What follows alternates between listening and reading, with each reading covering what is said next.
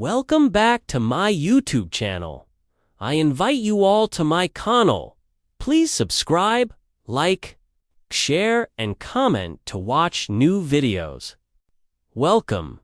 You are listening to a quiet story. A slow walk through time into a world long ago where clay met hands and the earth became vessels. Tonight, we drift to the land between rivers, to Mesopotamia, where a potter wakes and moves softly through the day. Let us begin gently in the cradle of civilization. Along the wide and winding banks of the Tigris and Euphrates, the people of Mesopotamia lived in small cities with mud brick homes, narrow streets, and open courtyards shaded by fig trees. Thousands of years ago, before electricity, before engines, before written books filled shelves, people shaped the earth with their hands. Among them were potters, quiet artisans who rose with the sun and worked with water, fire, earth, their pottery, used for storing grain, carrying water, cooking lentils and stews, simple objects for daily life. No fame, no riches, only quiet purpose. Today, we follow one such potter as he begins his slow day in a humble home, in a time long past. The sun has not fully risen. The sky is gray, soft, and still. The potter stirs from his mat. A thin wool blanket lies folded beside him. He steps onto packed earth, barefoot, slow, outside. The morning is cool. Dew glistens on tamarisk leaves. The sounds are muted. A donkey in the distance. A low murmur from the nearby stream. He walks to the side of the courtyard, where yesterday's clay rests under woven mats.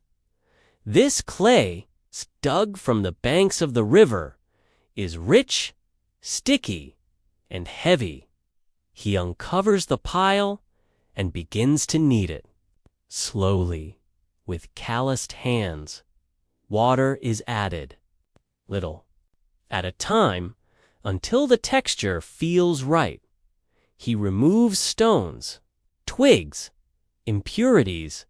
The clay softens, becomes smooth, becomes ready. As the sun rises, the potter walks to the shade of his small workshop, a shelter made of reeds and mud. In the center is the potter's wheel. It is simple, 2 discs of wood, one above, one below. He sits low to the ground, knees bent, hands resting on thighs. He begins to spin the lower wheel with his feet, rhythmic, slow, steady. The upper wheel turns. Quietly, he places a lump of clay at its center. Wet hands press down, centering the mass. Fingers rise, gently shaping walls.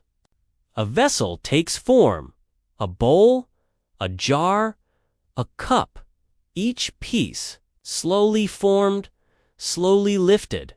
No speaking, only the quiet hum of motion. Some pieces take minutes, others take longer. Smooths edges with a reed, trims the base with a cord, lays the fresh piece on a woven mat to dry.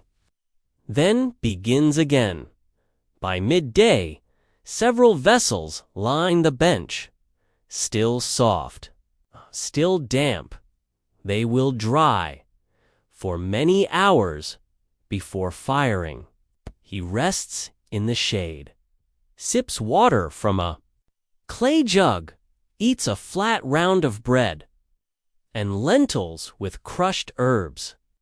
Then returns to the wheel. In the late afternoon, when the heat of the sun begins to wane, the potter prepares the kiln. It is an open pit, lined with stones and hardened earth. He gathers dried brush, palm fronds, stacks them carefully below a simple grate. The dried vessels are arranged above, face up, open to the sky. He lights the fire with a small flame, a spark from stone caught on dry reed. Smoke rises. The air smells of burning bark. The fire grows, then settles. The pots begin to change, darken, harden. Fire must be watched, but not hurried. It burns low. For many hours, the potter sits nearby, watches the flame, waits. Birds settle in trees. Shadows lengthen. He does not speak. He simply listens. When the fire dies down, he lets it rest. The heat will remain through the night. The pots will cool slowly and be ready by morning. Once a week, the potter travels to the local market with simple wares wrapped in cloth, tied in bundles, balanced on a wooden sled pulled by oxen. The road is flat, dusty, lined with small tamarisk shrubs. Other villagers walk the same way, carrying jars of oil, baskets of barley, spools of dyed thread. The market is not loud, but filled with motion. Stalls of clay jars, baskets of figs, copper tools, braided wool. The potter places his wares on a blanket, sets them in neat rows, bowls, jugs, oil, lamps. He sits, cross-legged, and waits. Some speak with him. Some do not. He accepts grain in trade, or cloth, or honey. Whatever is needed to sustain the week. By midday, the sun is high, the shadows short. He wraps the unsold pots carefully and begins the journey home.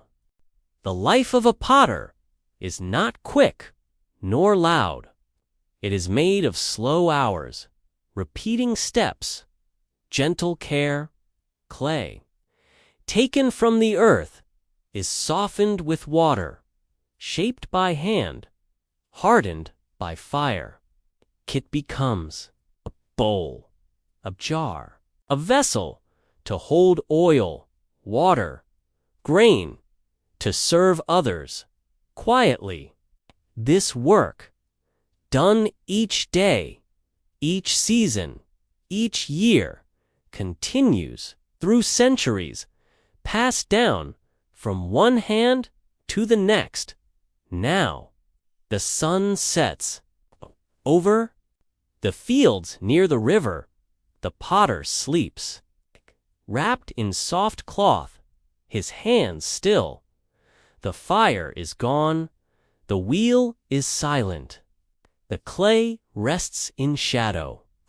You too may rest.